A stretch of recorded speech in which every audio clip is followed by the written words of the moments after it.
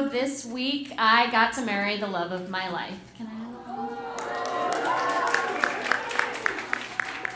And after we got married, we started planning this great honeymoon. We were gonna go camping and backpacking through Chile and Argentina and busing our way all the way down to the very bottom of the continents. And the idea was that we were going through all these beautiful parks and doing really strenuous hikes, so we wanted to end the whole trip by resting for a few days together in a place that would feel to us like the end of the world.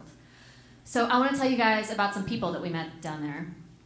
They were a couple from the US like us, and they were just about to set off on a tandem bicycle and ride from there, the southernmost tip of South America, all the way up to Alaska. Yeah, Alaska, guys. You can see Russia from there. So this was incredible, right? But there's more. The two of them were going to do this together, just the two of them, despite the fact that they were both legally blind. So that's crazy. My husband and I would never survive if we tried to do something like that. Are you kidding me? Let me give you an example of a day in the life of me and my husband. All right, a couple of days before that, we had arrived at the city at the end of our journey, but we didn't quite feel like we were getting the whole end of the world experience there, so we decided to go out a bit further. We had heard about this place on the Atlantic coast of Argentina where a giant ship called the Desdemona had run ashore 30 years earlier. But this place was so far away from anything else that no one had ever bothered to clear away the wreckage. So we thought this would be the place. So we rented a car and we drove out over these chunky dirt roads all the way out to where we knew we would find the shipwreck, and there it was. And it really was magnificent. It was this jagged, rusted whale of a sea vessel sitting in the shallow water. And at low tide, you could walk right out up to it. So we climbed up into it. It was all jagged and ugly, and we got up in there and climbed all the way up to the lookout tower, and we were having a great time. We carved our names into the rust like Freya and Webb forever. And we just had a great day. So afterwards, we went back to the car, and my husband sat down in the driver's seat, and he said, "Sweetie, did you have the headlights on when you parked this morning?"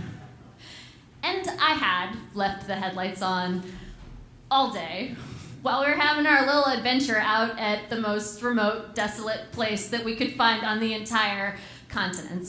So we were completely screwed. There are no cell phones out there. It's so good to be off the grid, right? You know. So we just sat down on the dirt road and waited and waited. Here comes some alpacas wandering over to check us out. We were so screwed. So hours pass, and finally a rancher drives by in a pickup truck and stops to help us. And we don't speak great Spanish, but we are able to get the point across with the universal language of...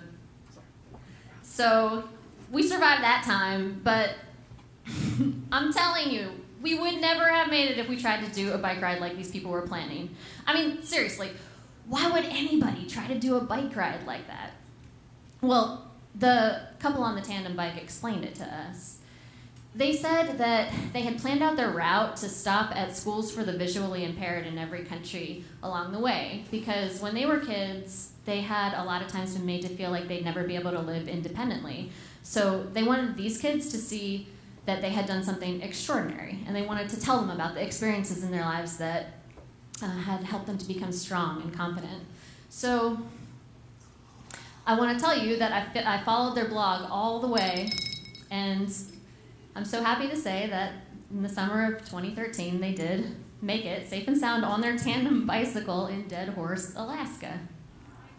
Yeah. And how did they manage this bike ride? Well, despite the fact that they were both legally blind, each of them had different disabilities and different strengths. The woman was severely myopic, so she could see blurry figures but no details, whereas the man could see pretty well during the day, but he was completely blind after dark. So he would lead the bicycle during the day while she provided pedal power from the back, and then at night when they would stop at a campsite, she would guide him around after dark, just as we saw her take him by the arm and walk back to their tent after we had finished talking that night. And I think that kind of partnership is a really beautiful thing to describe to kids.